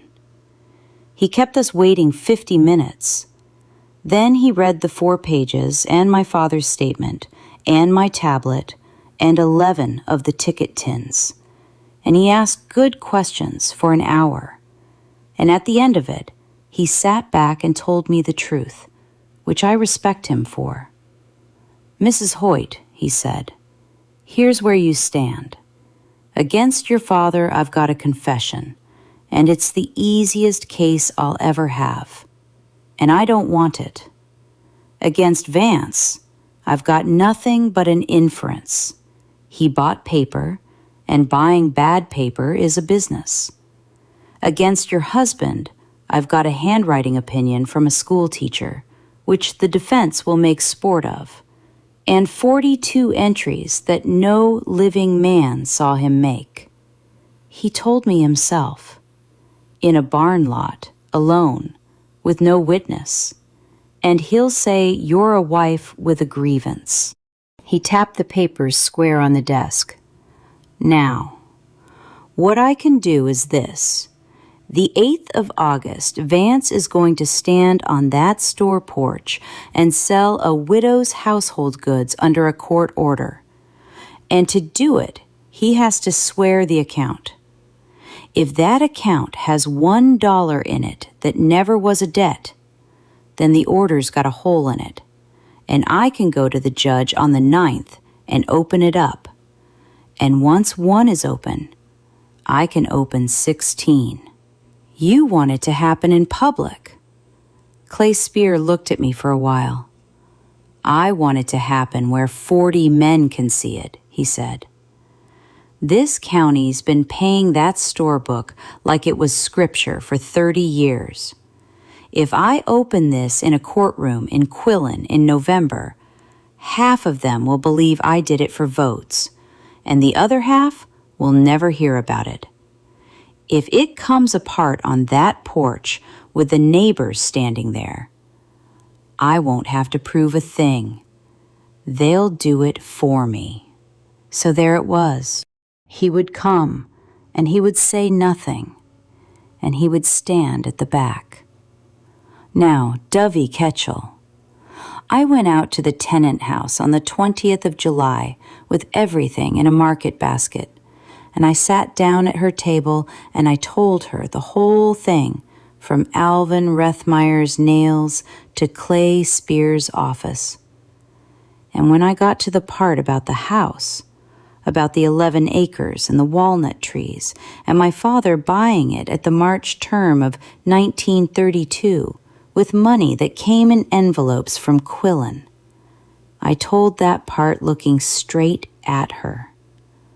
Dovey Ketchel was 44 years old that summer, and she looked 60, and she had hands like a man's. She heard me out.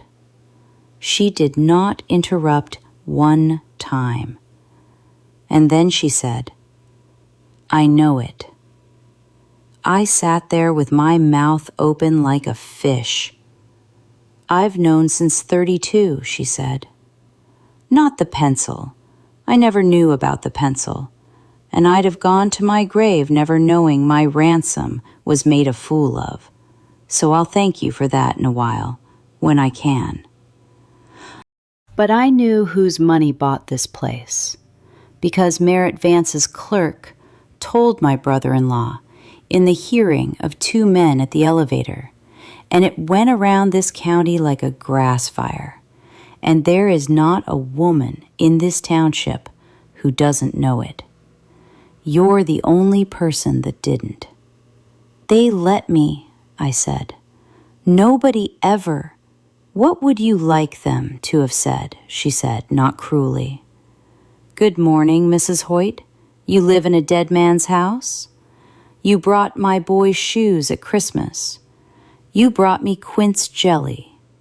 You were the finest woman in Delph County as long as nobody said anything, and there is not one of us that had a thing to gain by breaking it.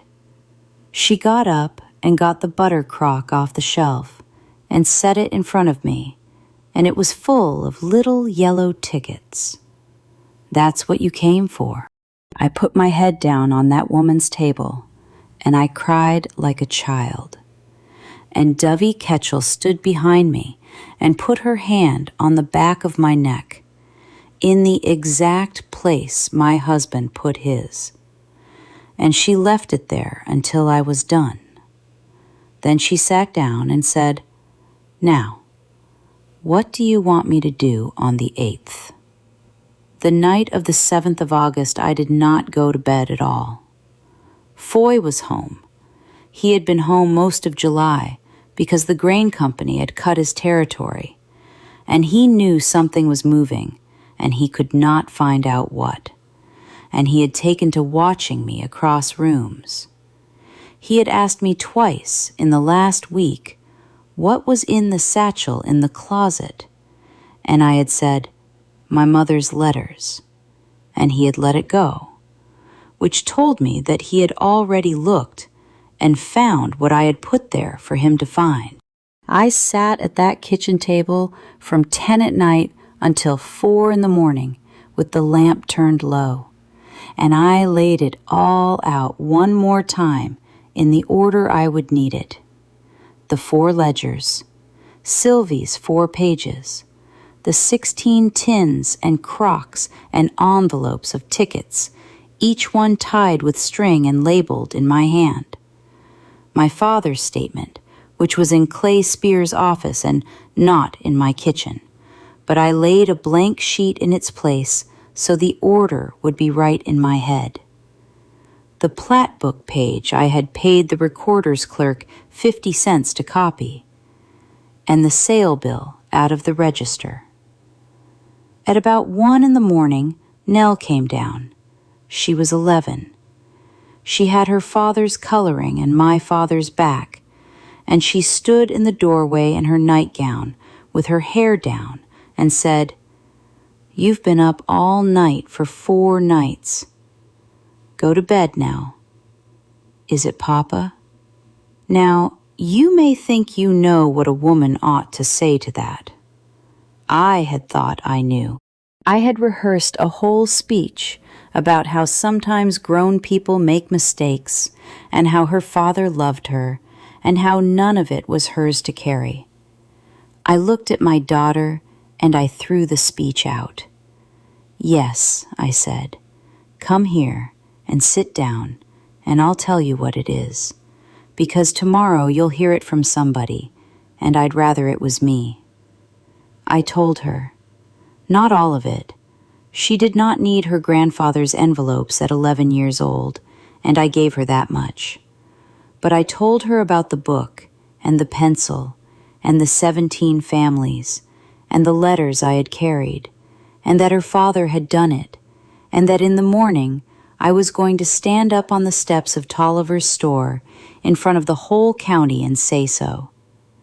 Nell listened with her hands in her lap.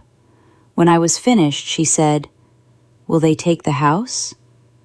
"The house isn't ours," I said. "It never was. It's Mrs. Ketchel's, and after tomorrow, I'm going to see that it goes back to her. And we'll go to Grandma's for a while. And then, I don't know." She thought about that for a long time. Then she said, "Good." I said, "Nell, I don't want it," my daughter said. "I've had to walk past her every day." And then she put her head down on my shoulder and cried, and I held her, and after a while she went up, and I sat there until the window went gray. At 6, I made coffee and drank it standing at the sink. At 7, Foy came down dressed, with his hat already in his hand, and he stood in the kitchen doorway and looked at the table. The 4 ledgers, the tins, the string. He was not stupid. He had never been stupid. He was the smartest man I ever knew, which is why it took so long. "You're going to do it today," he said. "I am." "Verna, they will put your father in the penitentiary." "They may." "They'll put me there." "They may." He came 2 steps into the room. "Then think about your children," he said, and his voice went down, soft and reasonable. And that was the arsenal coming out, the way it had come out every time for 12 years. Sweetness first, then reason, then pressure. Nell's 11, Cleve's 7. You put me in Chester, and they'll be the convicts' kids in this county the whole rest of their lives. Nobody's going to marry Nell Hoyt. You'd do that to her for a widow's cow? I picked up my coffee cup and rinsed it and set it in the rack. You had 5 years to think about Nell, I said. You will not think about her now. He stood there. I dried my hands on the towel and hung the towel on the nail. Then I put on my hat in front of my own kitchen window, using the black glass for a mirror, the way I had that night in February when I watched him write. And I picked up the satchel with the 4 ledgers in it, and it was so heavy I had to change hands twice on the quarter-mile into town. It was 91 degrees by 10 o'clock, and there were 60 or 70 people in front of Tolliver's Mercantile. Because a sale draws a crowd in a bad year, even when there's nothing on it a man wants.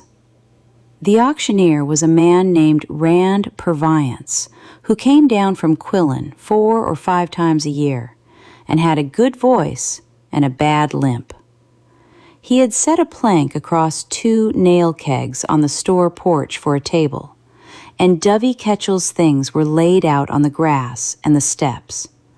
A walnut bedstead, a sewing machine, 2 chairs, a churn, a crock of tools, a cook stove 4 men had hauled in that morning, and, tied to the porch rail, a Jersey cow her boy had raised on a bottle. Dovey stood at the corner of the porch in a clean dress, with her son in front of her and her hands on his shoulders. She had told me she would not sit down, and she did not.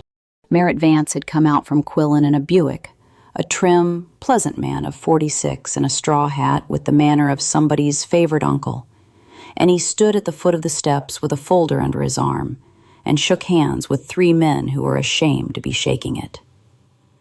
Junius Tolliver stood in the doorway of his own store with his tie on. Sylvie Bogard was on the porch by the window with a leather portfolio. Clay Spear stood at the back of the crowd by the gas pump with his hat pushed back, looking like a man who had happened by. And Foy came.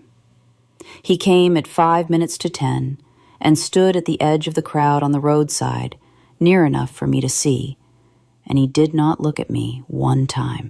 Rand Purviance rapped the plank with a rock and said what auctioneers say. Terms cash. Everything sold as is, no warranties. The sale being had under order of the Circuit Court of Delph County on the petition of the assignee, and Mr. Vance would read the account before the first item was offered, as the law requires. Merritt Vance took a paper out of his folder and read it in a good, clear voice. He read the original store account of Ransom Ketchel, closed in November of 1931, in the sum of $381.16. He read the assignment. He read the interest run at 7% to date, and the costs, and the total, which was $609.40. Then he said, "The account is sworn to and is a matter of record. Mr. Purviance, you may proceed." And I said, "It isn't." I did not shout it. I have wondered since whether I should have.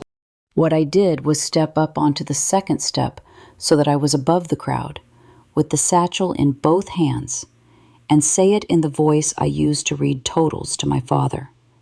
60 people turned around. Rand Purviance said, "Ma'am, if you have a claim, you'll need to take it to the court in Quillen." "I have the store's books," I said. "All 4 of them. I am the bookkeeper. I have kept that book for 8 years, and my father kept it 30 before me. And I am telling you, and every man standing here, that the account you just read out has $16.42 in it that never was a debt, and that Ransom Ketchel never owed. And that was put into that book in a pencil by a hand that is not mine and is not my father's." You could hear the cow shift on the rope. Merritt Vance was very good. I will give him that until the day I die. He did not blink. "Mrs. Hoyt," he said warmly, "everybody here knows what you've been through this summer, and I don't think—" June the 11th, 1929, I said. $2.23, goods. Mrs. Ketchel was in Peoria at her sister's confinement from the 3rd of June to the 28th, and there are 4 people standing in this yard who can say so. October the 2nd, 1929, $4.80, goods. March the 19th, 1930, $3.10, goods. There are 11 of them in this account, and I have every one, and there is not a ticket for a single one. And Dovey Ketchel has kept every ticket out of that store since 1919. Dovey held up the butter crock. I want to say the next part where everybody can hear it, I said, because it is the part that belongs to me. Those 11 entries went into that book and made an account that could not be paid. And when the account could not be paid, the store wrote a letter, and I wrote the letter. And I carried it out to that house in my coat pocket, and sat at that table, and drank that woman's coffee, and told her she would come out of it in the fall. I did that 16 times in this county, to 16 families, and their names are in my hand, and I will read them out if anybody wants them read. I did not know what I was carrying. That is the truth, and it is also no excuse at all, and I am not asking anybody here to take it as one. Somebody in the crowd said, out loud, "Who wrote in the book, Verna?" I looked out over 60 faces, and I found the one I wanted, and I held it. My husband did, I said. Foy Hoyt wrote every one of them. I have never heard a sound like the one that crowd made. It was not a shout. It was about 60 people, all breathing in at once, and then dead silence. And in the silence, Rand Purviance took his hand off the rock and put it in his pocket, because he had figured out that there was not going to be a sale. Foy did not run, and he did not shout. He said, in a voice pitched to Carrie, "My wife has been unwell since spring, and I'd ask you all to remember it." And he started to move toward the steps. And that was when Sylvie Bogard opened the portfolio. "I am Sylvie Bogard," she said.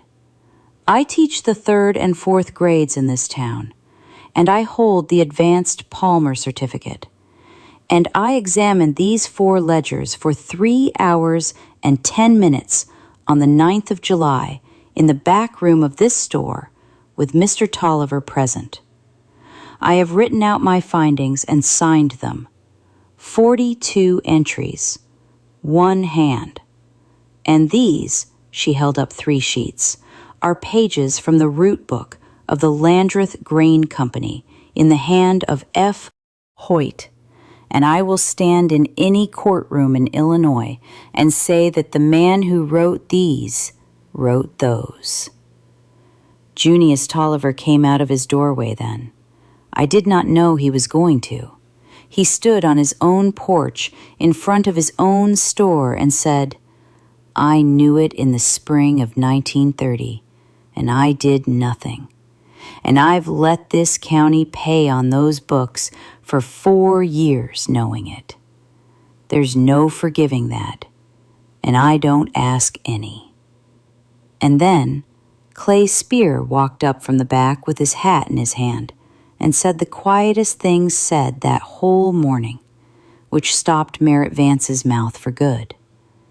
"Mr. Vance," he said, "I have in my office a signed statement from Amos Reddig that he took $60 a quarter from you beginning in the summer of 1929 for not examining these entries. Now, I'd like you to stand right there and swear that account again, out loud, the way you just did. so I've got it clean." Merritt Vance did not swear it again. He said his lawyer would be in touch with the court, and he put the paper back in the folder, and he walked to the Buick, through a crowd that opened up for him the way water opens for a stick. And he got in it and drove away, and Rand Purviance said, "There will be no sale today," and untied the cow himself and handed the rope to Dovey Ketchel's boy. That is what happened on the porch of Tolliver's Mercantile on the 8th of August, 1934. And if it seems short to you in the telling, it was short in the living too. It took 11 minutes. 5 years to build, 4 days to think about, 78 days to prove, and 11 minutes to knock over. Now for the rest, because a reckoning is not the end of a life. It is just the loudest part of it. The 16 accounts were opened by order of the Circuit Court in October. Every one was recomputed with the pencil entries struck and the interest recomputed from the corrected balance. 6 families had settled accounts they did not owe, and Vance was ordered to pay it back, and did after 2 appeals. 4 transfers were set aside for fraud, and Wade Ottman got his 80 acres back in the spring of 1937, with the fences down and the barn gone. 4 had gone on to third parties who bought honest and kept it. 2 were past the statute and got nothing at all. That is what justice looked like in Delph County. It was not a curtain coming down. It was 6 years of paper. Merritt Vance was indicted in 1935 on 4 counts of obtaining property by false pretense. He was convicted on 1, the Vanderveer transfer, and he served 14 months in Chester and came home and went into the insurance business. And he was still alive in 1968, and I saw him once at a filling station in Quillen, and he tipped his hat to me, and I let him. Foy was indicted on 11 counts. He never went to trial. He pled to 2 in the January term of 1936 and got 1 to 3 years, and he served 20 months. When he came out, he did not come back to Delph County. He went to Kansas City and sold farm machinery, and he wrote to Cleve every month and to Nell twice a year. And Cleve wrote back, and Nell did not. He died in 1961. Nell went to the funeral and telephoned me afterward and said, "It was a small one." And I said, "I expect it was." And that was the whole of the conversation. And my father, Clay Spear, did not charge him. I have had to make my peace with that.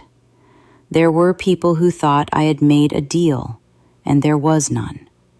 Spear told me straight out that no jury in Quillen would convict a blind man of 63 who had confessed before there was a case, and that losing it would take the rest down with it.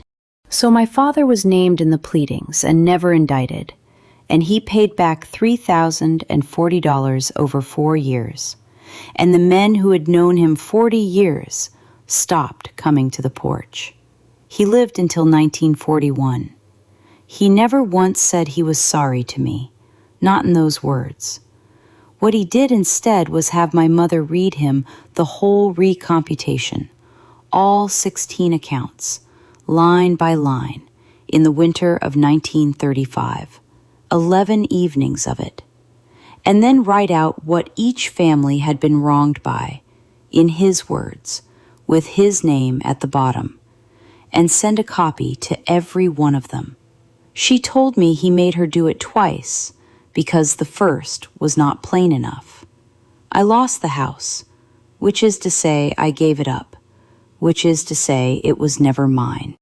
The deed came apart in the Ketchel proceeding in 1935, and the court gave the 11 acres and the dwelling back to Dovey Ketchel. and I moved out on the 1st of March with 2 wagons of furniture that was actually ours. And Dovey moved up from the tenant house at the back, and we passed each other on that lane and stopped and stood a minute, and neither of us could think of anything to say. And then she said, "Your walnuts are ready in September. You come get you a bushel." And I did. That year and every year after, until she died in 1958. I lived at my mother's for 2 years with the children, in the room I grew up in. I lost my place at the store, too, and that one was my own doing. Junius offered to keep me on, and I could not stand in that room, and he understood it, and he let me go, and gave me $100 that I did not want, and finally took. I clerked at the elevator office, and when the war came, I worked 4 years at the ration board, another book of somebody else's business, kept in ink, and I will say this, I was very careful. In 1939, I married Emmett Pfeiffer, who had a shop that fixed radios and later televisions. He was a quiet man with dirty hands. He lived until 1979, and I have not one bad thing to say about him. Nell taught school 31 years in Springfield. Cleve is a pharmacist in Champaign with 5 children. Neither lives in Delph County. The hard road went through in 37 and 38, and there is a filling station on the corner where Cass Vandeveer's ground was, and the Mercantile is a beauty shop. And here is the last of it.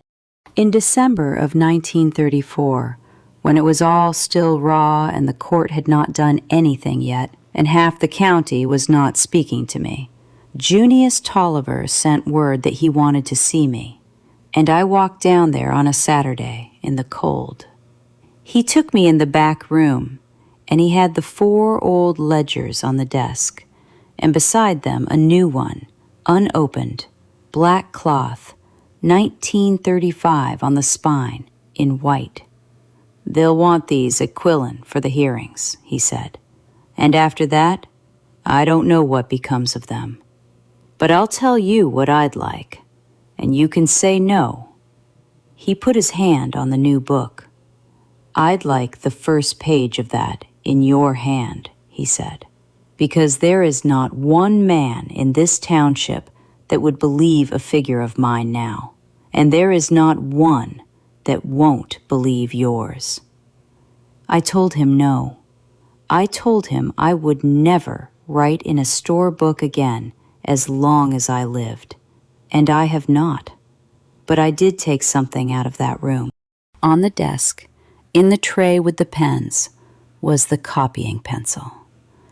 It had been in that store all along, in plain sight, from 1929, and not one of us had ever asked what it was doing there, because a pencil in a tray is nothing at all. It was worn down to about 3 inches, and the end of it was chewed, and the point was still purple. I put it in my coat pocket, and I carried it home, and I put it in the drawer of my mother's kitchen table, and I have moved it 4 times since, and it is in a drawer 11 feet from where I am sitting right now. My father told me when I was 9 years old that ink is a fact and a pencil is an opinion. And he was wrong, and he found it out worse than anybody. A pencil is not an opinion. A pencil is a man's whole idea of what he is entitled to in a form small enough to fit in a vest pocket. And it will go into a book 1 line at a time until there is nothing left of a county but a road. I keep it because I do not ever want to be a woman who is proud of her handwriting again. I want to be a woman who checks. Well, friends, that is where the story leaves us, and I have a question for you. Junius Tolliver knew for 4 years and said nothing. And then he stood up on his own porch and said it in front of everybody, when it cost him his standing and his store's good name. Do you think that squares him? Or is a man who keeps quiet for 4 years finished, no matter what he does on the 5th? Tell me what you think in the comments. I read every one. Thank you for staying with me all the way to the end. There should be a playlist coming up on your screen with other stories from this channel, and I would love for you to stay a while longer.